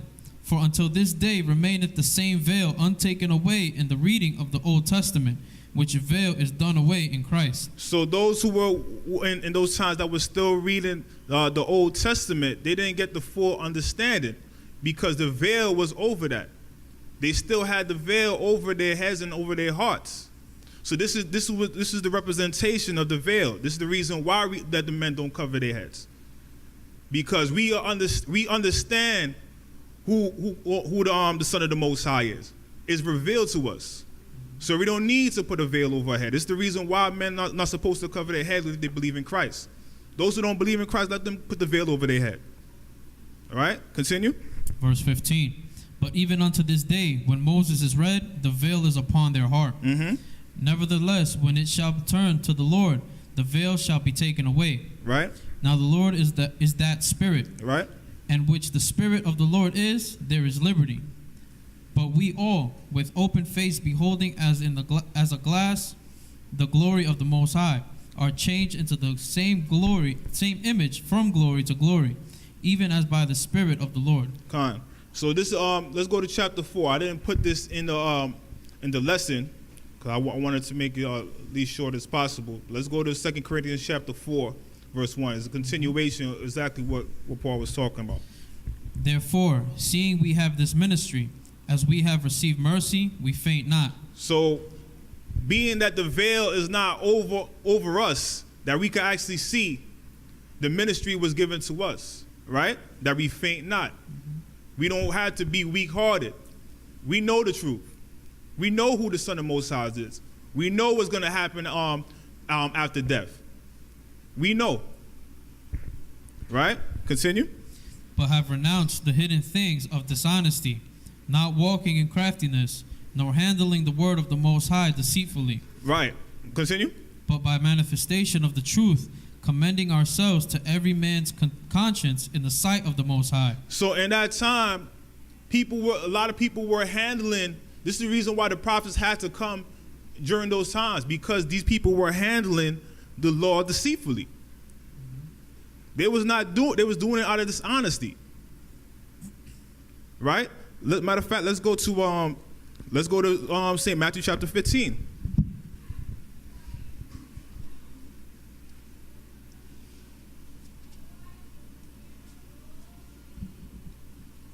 Let's start at verse 1. It's the book of Matthew, chapter 15, verse 1. Then came Yeshua Then came to Yeshua scribes and Pharisees, which were of Jerusalem, saying, Why do thy disciples transgress the tradition of the elders? For they wash not their hands when they eat bread. But he answered and said unto them, Why do ye also transgress the commandment of the Most High by your tradition? So they came up to Yeshua concerning things of earthly things, right? Why they not doing the things that the elders taught us? Yeshua said, let me ask you a question. Why you not doing the things that the Most High told you? You worrying about things that our elders taught us. What about the Most High?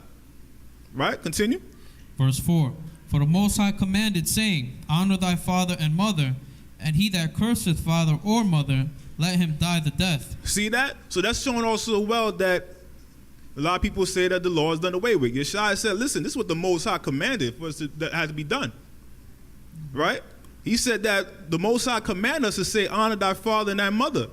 And he that curses his father, even if he curses mother and father, he has to be put to death. And understand this is a judgment. This is going to happen in the last days. So any person that's still disrespecting their father and mother, seek that this will be a judgment for you. All right?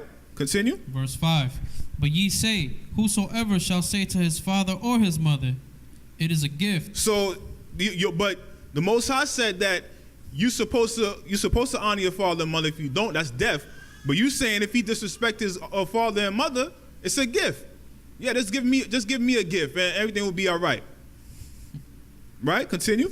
By whatsoever thou mightest be profited by me. Mm-hmm. Whatever it profits me, I don't care. Like, give it to me. He'll be forgiven. Right? Continue. And honor not his father or his mother, he shall be free. Mm-hmm. Doth have ye made the commandment of the Most High of none effect by your tradition? So it became none effect. The commandments became none effect. It came to nothing. You can see it out here right now.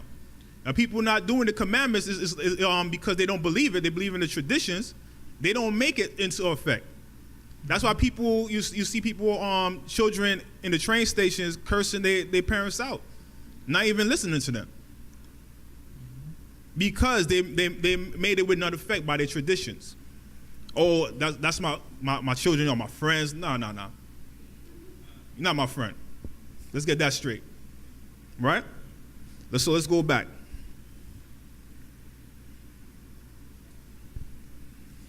Second Corinthians chapter 4, verse 3. Let's read verse 2 again. Verse 2. But have renounced the hidden things of dishonesty, not walking in craftiness, nor handling the word of the Most High deceitfully. So the law could be done deceitfully. That's what Paul said. The law is good if a man does it righteously. Right? Continue. But by manifestation of the truth, commending ourselves to every man's conscience in the sight of the Most High. Right? But if our gospel be hid, it is hid to them that are lost. So if the gospel be hid, it is him to them that are lost. It's like what Officer Michael Jordan said. He read that they said that they saw, therefore they're blind. So even though we're giving the word to the people, if they don't want to see, they're not going to see. It's hid to them. It's revealed. We've shown it out there. But if they don't want to see, it's nothing we could do. Right? Continue. Verse 4. In whom the Most High of this world hath blinded the minds of them which believe not, lest the light of the glorious gospel of Christ, who is the image of the Most High, should shine unto them. Mm-hmm. For we preach not ourselves, but Christ Yeshua the Lord, and ourselves your servants for Yeshua's sake. So we're not here to preach, to boast up on ourselves on how much knowledge we have. It's all about the Most High and Yeshua. That's it. We're just servants in this walk.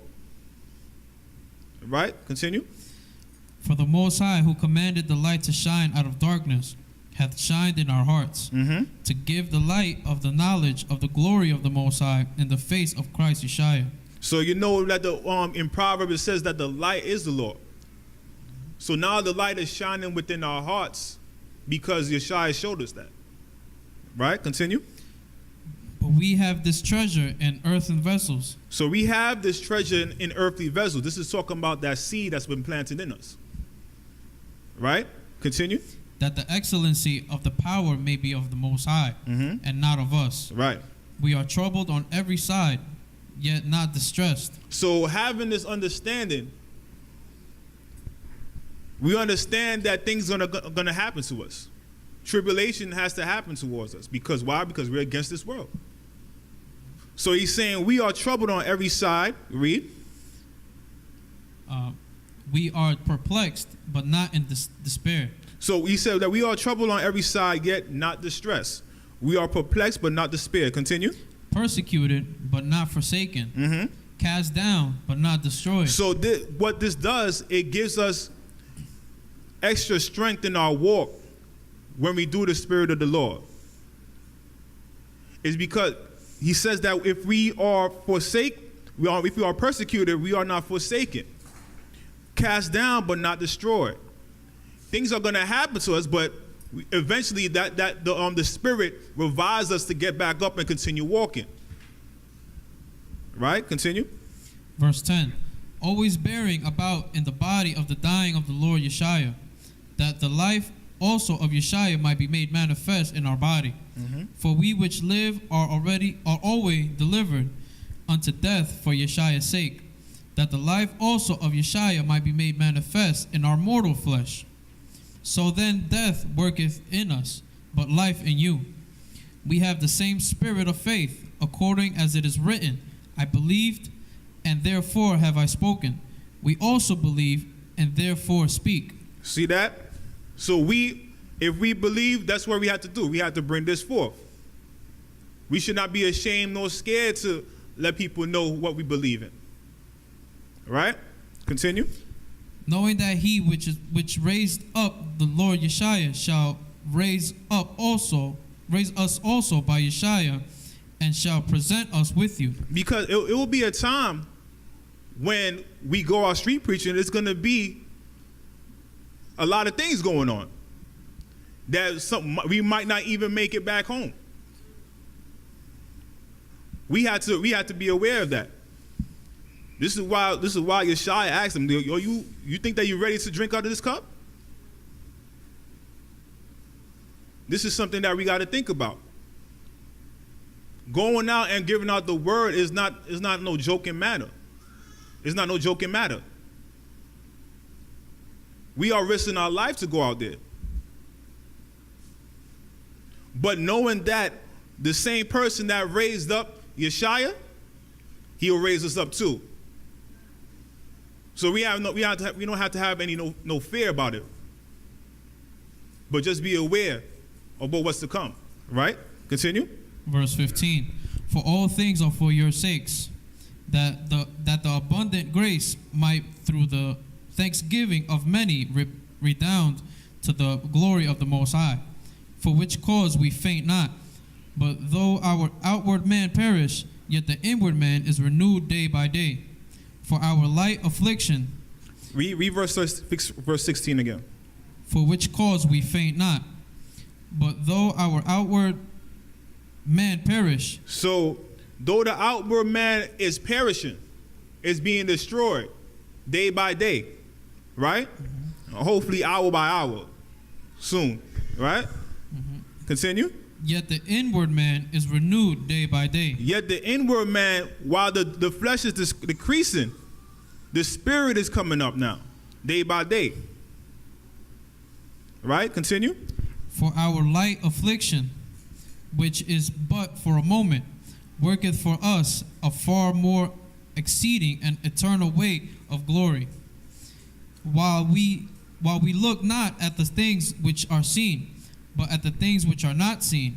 For the things which are seen are temporal, by the things which are not seen are eternal. Let's give all praise to the Most High.